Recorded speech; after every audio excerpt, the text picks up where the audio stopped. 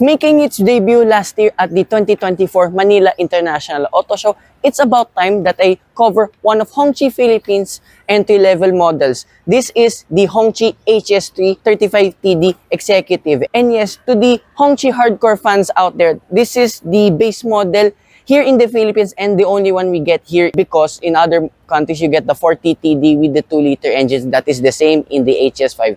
But it makes sense that we only get this here in the Philippines because this actually packs a punch for a luxurious subcompact crossover. The looks of this HS3 is very similar to the other Hongqi models, example to the likes of the EQ M5, but a little bit more upscaled.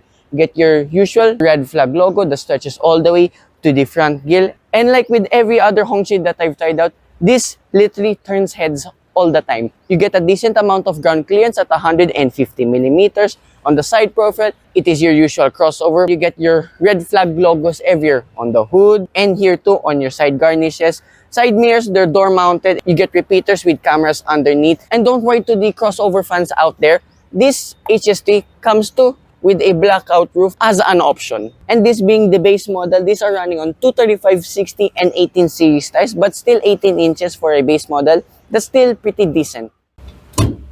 And despite being a base model, you still get gas struts for the hood. Now, this is a 1.5-liter turbocharged 4-cylinder engine that produces 168 horsepower and 258 Newton meters of torque, mated to a 7-speed dual-clutch transmission rather than the usual 8-speed automatic transmission, and that's only available for the 2-liter variant, which we don't get here in the Philippines. And I wanted to borrow this in the first place because I've always wanted to try out this drivetrain, which is available too on the base Hongqi H5. This has a 0 to 100 km/h time of 9.9 seconds, which is still pretty good in today's standards. I've lived with this Hongqi HS3 for a couple of days now, and here at the rear, I'm sorry, it does resemble a lot like that of the Mitsubishi X-Force, but just an additional LED light piece here in the middle. And speaking of this HS3 35TD have LED lights all around, and for me, the best looking part of this HS3 is definitely the rear. It just looks so good, especially again with the LED Mitsubishi-ish lights themselves. And you can see here, 35TD badge. And I gotta say though, this is one of the best looking here of any subcompact crossovers in my opinion only. However, one nitpick that I have to share with you guys is that electronic tailgate. Yes, you can open it in the interior. There's a button there inside, but there's no external button to, I assume, enhance the security of this vehicle. As long as you have the key with you, I hope I can find it. Oh dear. All right, there we go. Just hold this for 3 seconds. And voila. And despite being a subcompact crossover, you have a lot of space here. So with all of the seats up, you have a total of 436 liters, enough liquidity for a race weekend, 2 LED lights and 2 tire points on either side. Underfloor storage, there's no spare tire for this sadly, but at least unlike other Chinese crossovers in general, you have a tonneau cover that comes as standard. And when you fold all of the seats down too, it extends to 1,484 liters. I think too, this is one of the best in class in terms of boot space. Now, this is the interior of the Hongqi HS3. Yeah, visually it looks stunning, but I have a lot to say with here in the door card. You get squeegee material all around, and actually the quality fit-in finish is really good here, and you get ambient lighting all around this vehicle. It's very beautiful at night. And let's start her up. You can get a nice animation in the infotainment system once you open it up, but it comes once in a blue moon. I can't literally catch it on camera. Anyways, here on the left side, you get 3 buttons here for your auto start stop function, electronic tailgate, and headlight leveler adjustments. And the buttons here, like on the window switches and side mirror adjustments, they're all silver and very nice to the touch. And I just saw now, further down, you get a compartment. Despite being an entry-level model here in the Philippines, the NVH here is top-notch, which I will share later on during the test drive segment. And of course, like with most cars now, these are dominated by 2 12-inch screens, one for your 12.3-inch instrument cluster with few adjustments here and there. And if you toggle the driving modes, it's pretty much the same. You have Eco, Comfort, and Sport mode. and another a 12.6-inch infotainment system with a lot of safety features, along too with your super adaptive cruise control system, which I demoed in the HS5. So I have a separate review of that, and I demoed it there too. Check it out on my channel. And like all Hongqis, the cruise control stock is just below here on the left side. And this is the first gasoline powered Hongqi that I've tried out. So open this glove box, you still have the beautiful red flag logo up above. You have a trash compactor right here. And remove that, you have one of each Type C and Type A USB ports and a 12-volt socket. And this lovely car share device here. So I connected my phone here, and you can access Apple CarPlay and Android Auto. I like that. And unlike with another brand that has this dongle, or what you call this officially, it cannot charge your phone itself. But for this one, it can. So that's what I love about this. Your air conditioning system, again, it's controlled here. You have seat warmers, but sadly not seat ventilations. But what am I to complain about? You have a 360-degree camera with a very good resolution at this price point and for what this is. And you have corner cameras as well. Now, I'll be honest with this. I'm not a fan of the speakers of this vehicle. I wish it had a lot more bass. That's all I gotta say. And further down, you get two pads here for your phones, and here in the center console, you have this crocodile-like pattern that surrounds the gear shift and cup holders. And for once, we have a conventional gear shift. I like that. Glove box, okay, pretty decent, and yet again aligned with felt. And the seats here are a nice plus. They're like a bit of sport bucket style seats. And don't worry guys, if you avail other colors, like the green one in the showroom, it has a body colored interior along too with the seats. That's a better spec for me, to be honest.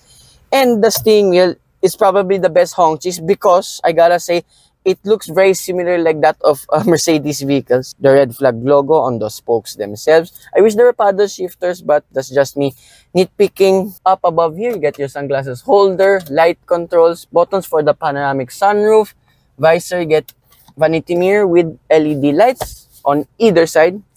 Don't extend sadly, but again, you have a ticket clip RFID holder. As for the rear seats of this HS3, despite being a subcompact crossover, oh, I was so close. That's my diving position, by the way. I can almost stretch my feet all the way forward, but still, look at the space. It's, again, probably class leading too. In the door card, pretty much the same like the ones in front. And unlike other crossovers in general, this top part is still squeegee, very good than that. And ambient light, still to storages on either side. And what I said too last year at the Manila International Auto Show, there's like places here behind the headrest, so you can put pouches or phones here at the rear. Actually, you can put a phone there and just watch, but it's portrait though. I mean, perfect for TikTok though. Anyway, above here you get LED lights, grab handles, and here in the middle, two air conditioning vents and one of each Type A and Type C USB ports. I like the detail of this, of the air conditioning vents. It still has the red flag logo incorporated on it, along too with the rest of the air conditioning vents up front. You have a central armrest with two cup holders and an extra one here right in the middle.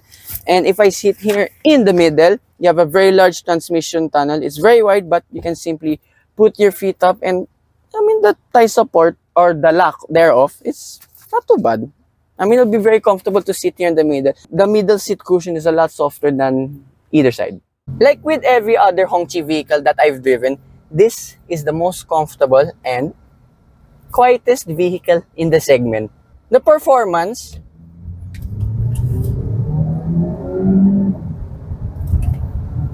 is pretty decent too. One thing you have to be aware of is the DCT transmission. This is not a wet type dual clutch transmission whatsoever, and there's quite a lot of delay and jerkiness with this. So I'll demo now, especially too at reverse gear. So here's reverse, and then I will floor it now. Look how long that takes. It's like almost a 2-second delay, and then from a standstill. Yeah, so yeah, you can feel the delay of this transmission, and take note, this is already in sports mode. And among other things, if you're just driving here sensibly, like around in the city, I just left it at comfort mode most of the time, because at eco mode there's a lot of delay. Be honest, one of the worst I've ever experienced. Comfort is just, again, right smack in the middle, and For highway driving, that's where I use only the sports function. And for the fuel economy, which I'll give later on, eco and comfort is pretty much the same.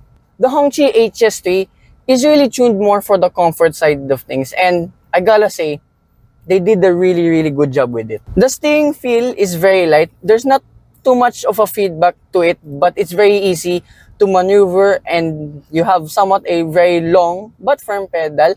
However, once you try to brake really hard like so, there's just a little bit of a nosedive, and that's where you can see the suspension is really soft. Well, almost too soft. That even the worst roads here around in Metro Manila, it can handle them with this. And here's that famous test I do here at speed. Look at that. No suspension pads and all that. The NVH, yet again being a Hongqi, it's one of the best out there. And what impressed me the most is the tire noise or lack thereof.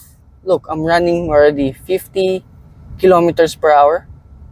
There's literally almost nothing going in here to the cabin. Even on coarse roads, you can hear a bit, but again, it's one of the best NVH for any crossover at this price point. Even at 2 highway speeds, like almost even above 100 kilometers per hour. Just saying only, I just wanted to get my curiosity out of the way. And it's still so quiet with this HS3.